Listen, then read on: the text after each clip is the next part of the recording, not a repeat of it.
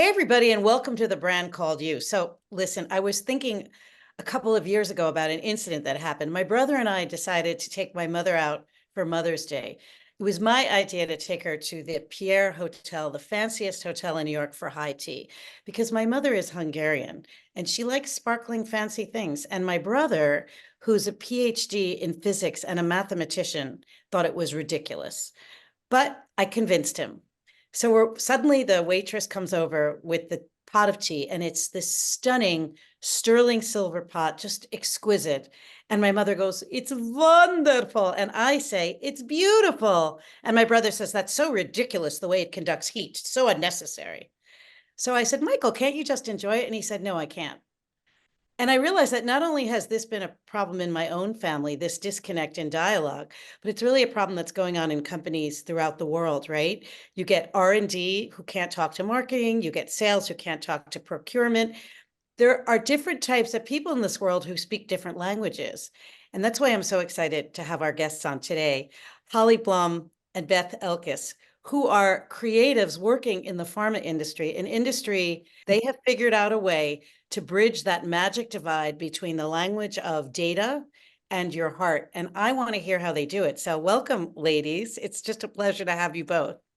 I thought I would start by introducing a little bit to our viewers about who you are, and then we'll go from there. So let's start with Beth. Beth Elkis is the executive creative director of life science at Accenture. And she's a 20-year veteran of the pharmaceutical and advertising industry. She's headed up creative teams across so many diverse areas, such as oncology, urology, ophthalmology, to just name a few. Holly Blum has her MFA in fine arts painting. She's an incredible painter, but she spent over 30 years applying her artistic skills to pharmaceutical advertising in some of the industry's largest agencies, including Bizzell, FCB, and Ogilvy Health.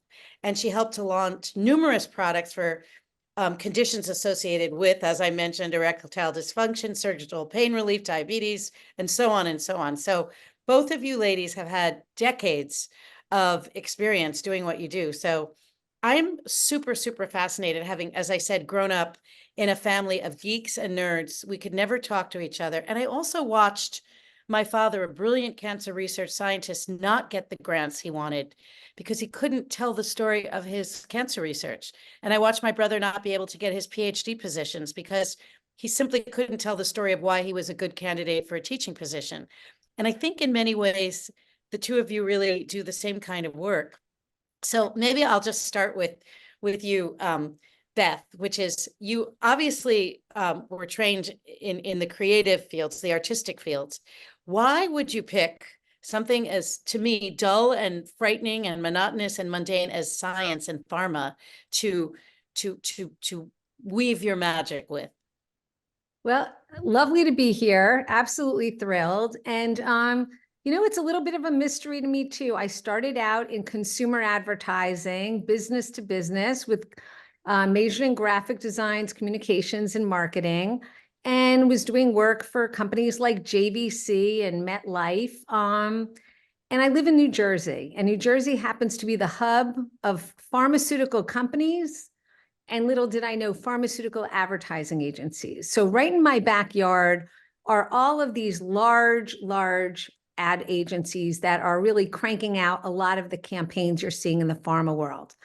And it kind of happened by chance. At the time, I was working in consumer, and I was president of the Art Directors Club of New Jersey, and I was a bit of a networker, and I decided I wanted to look for another job. So I kind of got the word out. And somebody said, "Hey, give this guy Jim a call." I didn't know Jim. Turns out Jim worked for a large pharmaceutical ad agency. I figured, let me go see what that's all about. And I'd like to think it was the best decision I have ever made. I love a challenge, and I love doing something unique. I had the fortune of working alongside Holly, and we still do to quite a bit on many brands. And doing breakthrough work and interesting work in areas like prostate cancer, in areas like HIV, things that you wouldn't think you could be creative in. So to me, that's a big challenge. And when we do it, and I'd like to think that we've had some breakthrough success, it makes it all the much, more sweeter. So maybe you can guys just explain to our viewers, what does a creative do? What does a creative director do? What are the roles involved in being a creative in a company that's, for example, science driven? Maybe we'll start with you, Holly. So the creative director, it depends, I guess, if an art director or creative director, but on a creative director level, you're involved in the very beginning of brand positioning and brand creation. So you're coming up with, you're involved in the marketing plan, where you're taking the marketing plan and you're involved in coming up with a personality for the brand, a key messaging platform, but more heavily down the road, what that brand will look like, how will it sound, and then all from that, all of the pieces that the marketing team would need to eventually sell that brand. So that's conventions and public, advertising and other things. So, like Beth, you would be in it from the first meeting with the brand? So it really depends. In some cases, we actually have a hand at naming the brand. So it might just be the generic that's come out. This is before launch, and they need a name, and they need, a color palette. And then once we have the name, we do branding, we develop the name, we develop, like I said, the color palette, the look and feel, the tonality. We create branding guidelines so that all the agencies and all the partners that can touch that brand will utilize these guides so they have a unified voice. And then from there, we look at the competitive, let's say it's a brand that's new to market, but there's a lot of competitors. So we look across the competition and we make sure that our messaging and our look and feel is distinctive and different and really showcases our advantage. But what you were saying earlier, it is a challenge. And that is, like I said, what I love about it is because everything we do has to really be approved by the FDA. So every message, every claim, even visuals, if they see, like Holly and I worked on a campaign that, and I mean, it's out there, so we can talk about it, which was for prostate cancer, which showed a doctor's hand pushing back on this beast. And the beast was made out of the tumor environment. And it was like kind of your worst nightmare. And that represented the prostate cancer going, metastasizing, right? Raising its head. And so it was like the doctor was keeping the prostate cancer at bay so it wouldn't metastasize. That was kind of the whole thing. And the FDA said, even if you don't have a word on the page, that visual is showing that that drug can take control of that tumor environment and keep it back. And so even if you have just the visual, nothing else, you must have all of your fair balance and small, all that small copy we're used to. So, yeah. By the way, for our international viewers, FDA is the Federal Drug Administration, which everything has to run by. But, so as a story strategist, which I am, I'll get called into, I remember somebody wanted to help me with his gene therapy pitch. I personally always start by saying, how does it affect me personally? What do I feel emotionally about this? And then I kind of start to craft a story, but it always has to be fueled by something that moves me personally, emotionally. And what I found with my clients is that the mistake they made is they always say, what are the most important facts we need to deliver to our audience? Rather than saying what moves me, fascinates me, gets my emotional regions of my brain acting up. Is it the same for you guys? Do you start with an emotion? Let's say, Holly, you said you worked on erectile dysfunction. You're being given a series of data. Yeah, and I think it's the industry's changed a lot. Early on, I think there was a lot more time and really deep dive into the product, into the people who use the product and how they feel about their condition, how they feel about the treatments out there. There was just more time and money put to, educating the creative team. So I think what happens is, and at that point, sorry to interrupt you, but when you say educating the creative team, you mean teaching them the science?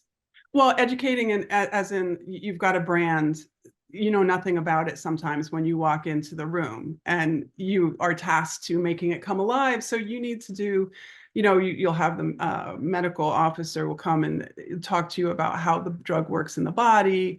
People will, nurses, practitioners will tell you how the patients feel. Maybe, you'll get some background information basically. So it's like it's a download. Right. And I feel like over time, that has gotten smaller and smaller, the download, and you get less and less. But during that time when I was working on that erectile dysfunction, we would do these big patient journeys of, every moment in, from the diagnosis of something to the doctor's office, what are they feeling? What are their concerns and their worries? So yeah, it wasn't emotional. It felt like you could really get to something that had a more emotional reach in your end product, which would be what your messaging would be, and your storytelling and your visuals. And so that was would you work off of that journey to come up with a concept?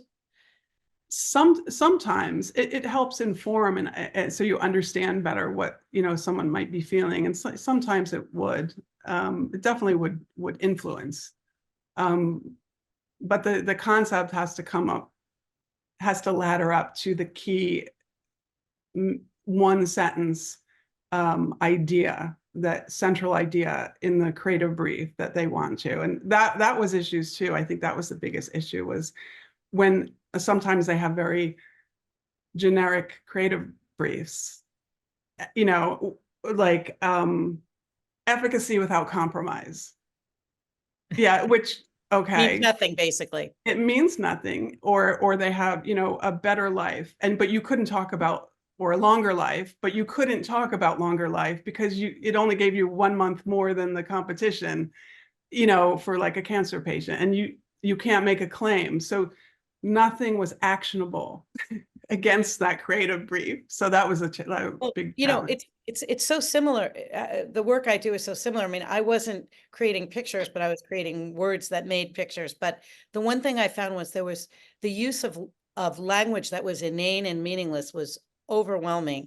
And I don't know if you found that too to be the case, Beth, that you have to kind of transcend all the words to get to the core story. Yeah, so I worked with somebody, a partner, a copywriting partner, for 13 years. I still work with her now, even though she retired, but she'll work with me, Holly. And we used to call her Queen Weasel because to be a really strong pharmaceutical conceptual writer, you have to know how to weasel it. You have to know all the tricks on how to get your message across, but do it in a way that the FDA will not flag it. And, the best, like Holly was saying, we work from a brief, and the best briefs are the ones that do have that ladders up to that emotional benefit and gives you that nugget, that authentic truth that then you can transcend, right, into breakthrough communication. So, and even you were talking about the journey before, really, there might be a moment that matters. There might be a moment in that journey that's a barrier, or that's an opportunity. And that's where, I'd say the best work is we can get in there and understand that and then bring that to life. But a good pharmaceutical writer, it's a real skill set. It really is. You're navigating a lot of landmines, and to get something decent through is kind of a heroic a heroic thing to do. Yeah. I mean, I've heard that a good story isn't what happens to you. It's how you resolved a conflict and then were transformed as a result. And I'm guessing that you guys are kind of constantly illuminating transformation somehow. But exactly. Yeah. What fascinates me is how you do it, like visually, like talk about color, for example. Like, do you have long, I don't know anything about your world, so I'm just picturing, do you have to like have long fights with a CEO about what color represents what? Or, I mean, how does this work? It's science-based also. So yeah, Really? so I mean, regionally, there are emotional response data to certain colors. You know, green can give you the feeling of freedom, of health. You know, they communicate certain things. So there, if you approach it scientifically, you can back up your argument and you could sell the color. So there's two things. One is, what is all your competition using? Let's say you had to come up with a logo for a new brand and you've got 5 different competitors in the marketplace. What color space on the color wheel do they populate? And so then you see the free area. And then it's storytelling too. Okay, there's a red, there's a yellow orange, and there's a purple. Which one of these, from an emotional response lens, gives you the best brand color? So, you know, is it a health thing? You know, whatever.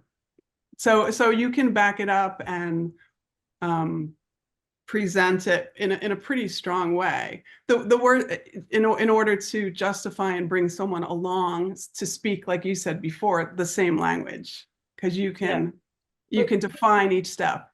But you bring an interesting point to my mind, which is cultural differences. I mean, you worked with global brands. Do you have to change the colors and the messaging according to country? Because like I worked in the Netherlands for many years. And I remember if I even said something to my client like, that was great, just the word great wouldn't be met with such suspicion because of it's a country fueled by Calvinism. And so using expletives was met with total suspicion in that culture. And I'm just wondering if you had sort of similar cultural variations that you had to contend with and how you dealt with that. Yeah, I mean, again, you do a search by country. If you landed on, let's say, a yellow, you want to make sure that yellow isn't a marker that's used at funerals or for death. You know, we think here it's happy and sunny, but actually, yellow in larger fields can be irritating. So there's a lot of science behind it. But yeah, we would look to across where the brand is going to be released, and you know, do those colors resonate on a cultural level in that area as well? Is it going to say the same thing on an emotional level? I mean, did you ever have a disaster culturally where you offended one region? Thank goodness I did not. How about you, Beth? No.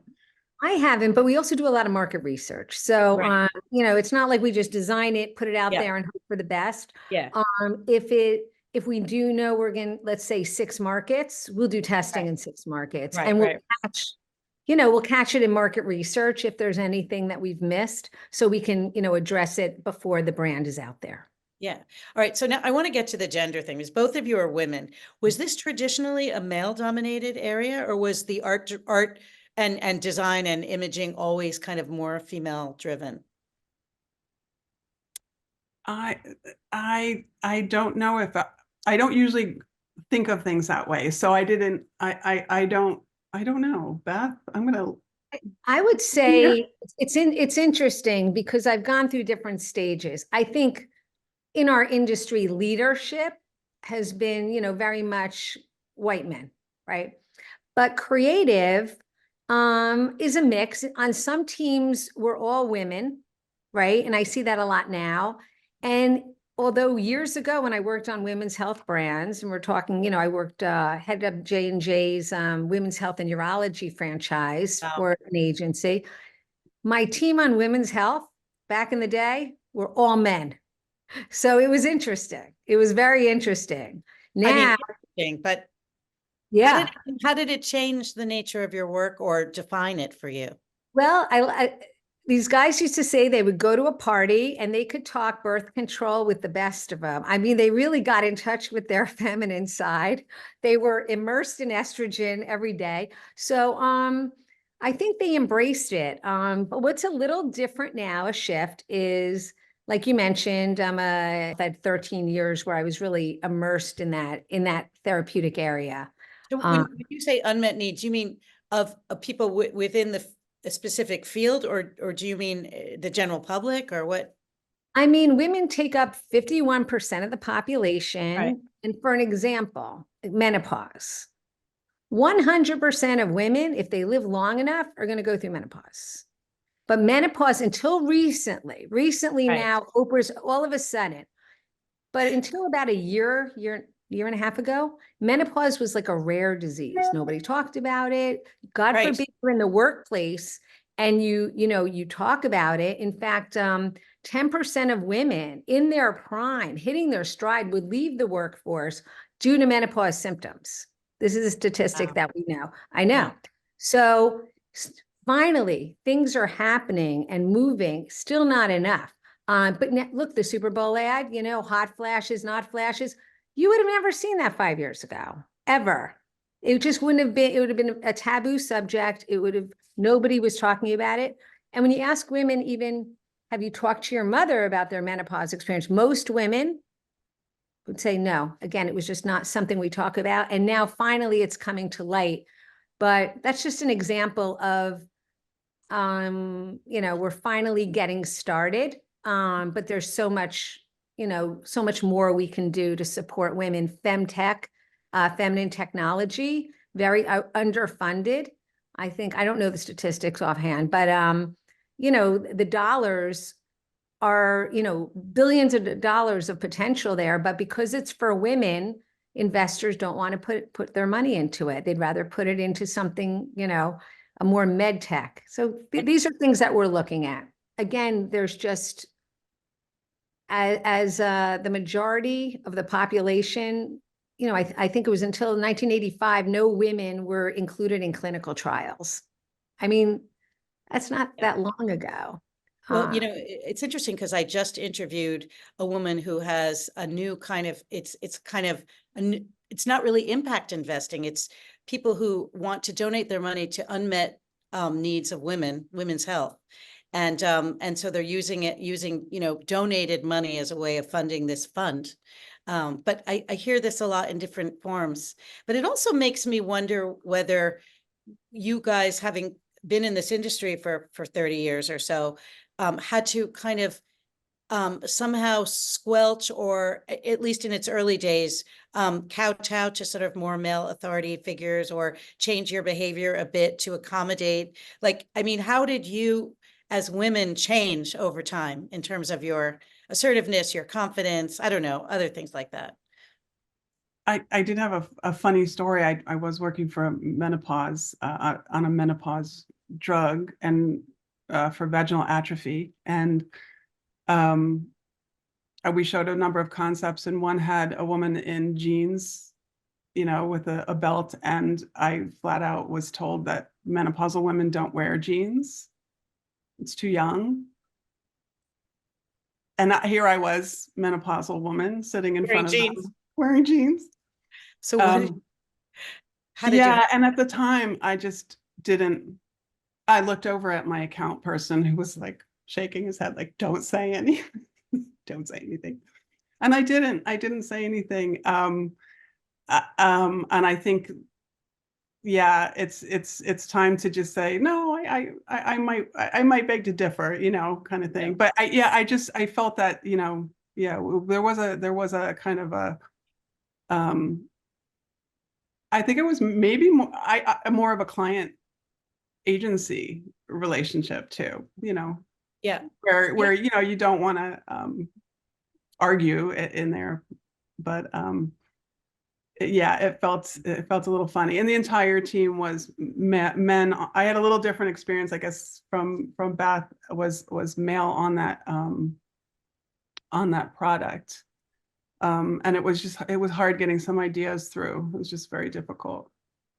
Have you had the same experience, Beth? I mean, now I know you're obviously leading the teams, but I was just curious. And it's an interesting question. I think I was really fortunate because I always worked under very strong women, like account leads, who were tough. They were tough broads, and I think they just kind of like pushed the door down. And so it made it easier for me. It really did, because if there was a fight to be had, they weren't afraid. And, a few in particular were just very strong, accomplished, account leads, and very strategic. And they just knew, kind of like, the old E.F. Hutton, like when they talk, like the clients listen. So I was very fortunate to work, on teams like that, because then we were able to push the best work through. and we didn't have to limit ourselves. Yeah. What is the Inspiration Council that you're involved in? That was very interesting to me. Oh, so that was something that Holly and I worked on when we were at Ogilvy Health. We wanted to create a culture of curiosity. And Holly, as you might know, is extremely curious and appreciative of art in creativity in every form, whether it's cooking, or painting and everything in between. And I'd like to think, not the cooking part, but I am a very curious, I like to curate, I like to go to galleries, and I travel and I put things in the back of my mind for use to kind of put forward, when we're creating, might be a convention, for oncology. And I'll be like, oh, I remember seeing something and then bringing it back. And we just thought, you know what, let's bring that to our teams. And so we called it, this is Ogilvy Health, what was it? Oh, wow, right? And because when you are inspired, you're like, that's the reaction you make, like, oh, wow. And we had outings. We had people from the agency come in. One did printmaking, kind of showing their side hustles. We had another guy who was really very much of an avant-garde dresser. Like his wardrobe was cutting edge. And he came and he had a fashion show. He took people in the office and restyled them. And we literally had like a photo shoot. And we brought all these things in to kind of reinvigorate or invigorate the team to start thinking differently. And it was Really a highlight, I fantastic. think, of our time there. Yeah. Totally. I was thinking about one of my first clients ever was a woman who did not believe in vaccination. This was long before COVID, like 10 years before. And she wanted help with a presentation she was making. And I really had to wrap my head around how I could help her when I didn't agree with her science. And the only way I could do it was by making it her personal journey and her personal story. And I wonder if you guys have to sometimes take on products or campaigns that you don't agree with or don't believe in, and if you have strategies for doing that. Is that too vague a question? Is there anything that comes to mind over the years? I think just maybe like when I get a brief that I just don't understand, I have to sort of go around it and make up my own story. I can't think of specifics, but I go in and find that emotional tug, and Yeah. and it's going to be from me and my perspective, but it's the only way in to creating something that I feel strongly about and that I feel will touch other people. But Have you ever been offended by a product or, philosophically in disagreement with it, and you still had to remove myself, yeah, really? Yeah, I said that I can't give 110% to a product, so it's unfair for them to hire me for that product because I'm not behind it. So I refuse myself. So, but yeah, I had done a little search on it and found that there was a grassroots sort of complaint about it, that it caused cardiovascular. It was a diet drug. That only gave you a difference of when I looked into it, 5 pounds per year versus diet and exercise alone, you'd get 5 pounds more loss. And then 5 years or 10 years later, I found out it had been recalled and pulled off because of that problem. But I had a real problem. I had a problem. So you removed yourself though? Yeah, I said, I can't sell this. What about you, Beth? Nothing that comes to mind, although I did launch kind of a blockbuster brand that later, they found delivered too much, of an ingredient that they realized, and they did pull it. So that was tough, hindsight, but the data didn't show it at the time. The studies were not designed for that at the time. But I think I've been fortunate. I've been, working on either drugs that really can make a difference for people, that really show an advantage. I mean, one thing that I do love about the industry, I know people are like, the big pharma, but I always say, to my friends and people, if you live long enough, they're going to come out with something. And I have friends who or people I know, coworkers who were diagnosed with something that just at that moment, right? Yep. Either a drug was approved or it was a clinical trial, some in like stage 4 cancers. And you're like, doesn't look good. And just at that minute, they got on it, whether, like I said, clinical trial or recent approval, and it's years later, and they're climbing mountains and they're living their life to the fullest. So there's also something really exciting. I'm going to just kind of look at it from the other side, is getting in on the ground floor and seeing, technology or science or medicine that's being done for the first time, that's a game changer and can be part of that. So that's one of the biggest reasons that I do love my job. I was going to ask you about that. Who was involved in the youngest donor campaign? Which one of you was? Okay, so I was. So that was a 10-year passion project. So many years ago, I had a friend whose husband suffered from AML, and they couldn't find a living donor for bone marrow transplant. And they said, oh, he got a donor. It was from umbilical cord blood. And it was a boy baby and a girl baby. And they said Lucy and Desi. And they named these cords Lucy and Desi. And this is, oh my God, now let's say 15 years ago. And he's still like in remission to a good. And I said, and I just had a baby at the time. And I had paid to bank the umbilical cord because you don't know. But, a lot of people didn't, the odds of you using it are very slim and it's not cheap.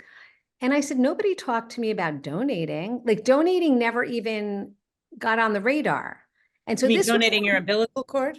Donating. You have a baby and you donate like you would donate blood. Here's the umbilical cord because it has these rich stem cells that can cure up to 80 diseases. Wow. And they're thrown away as medical waste every day. Every day. You are throwing something that could save a life into the garbage. Yeah. And I was really like shocked by that because I just had a baby. Nobody talked about donating. Look, because it's not, the companies where you bank it, it's a money-making operation. But if you donate, it's an altruistic thing to do, but nobody's really making money on that. And I said to myself, it was always in the back of my mind for about 10 years, I want to raise awareness here. Nobody knows about this. So I was given the opportunity when I was at Ogilvy to actually bring it to life, and they invested, and we found the Parents' Guide to Cord Blood, which is the #1 global recognized nonprofit. Wow. And we created a video, and we got to put this on a lot of birth plans. Wow. Because also, since this is global, what people don't realize is chances are if you donate it, it'll be there for your baby if you need it, because the odds of having a perfect match is very slim. So again, I still feel like there's so much work to be done, but it was a passion project that I was really excited to see, come to fruition. Did you art direct it as well, the project? So I led the creative team. I worked on the strategy, and this was in conjunction with, I identified this, oh my God, now her name escapes me. Frances Vetter, the head of this globe. And I worked with a creative team to drive this program. Yeah.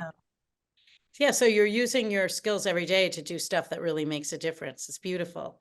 I can't believe that we've already been talking for like 45 minutes. I've kept you way over what I promised, but I really can't thank you enough for taking a little bit of time to share with everybody what it is you do, who are the reds and the blues and the incredible stories behind these laboriously data-driven products. And now I know it's amazing women like you. So thank you so much for taking a little bit of time. Thanks Really for having us. appreciate it. Yeah. And I wish you all the best in all your other projects. Thank you so much. Thank you guys so much. Bye. Thank you for listening to the Brand Called You videocast and podcast, a platform that brings you knowledge, experience, and wisdom of hundreds of successful individuals from around the world. Do visit our website www.tbcy.in to watch and listen to the stories of many more individuals. You can also follow us on YouTube, Facebook, Instagram, and Twitter. Just search for the brand called You.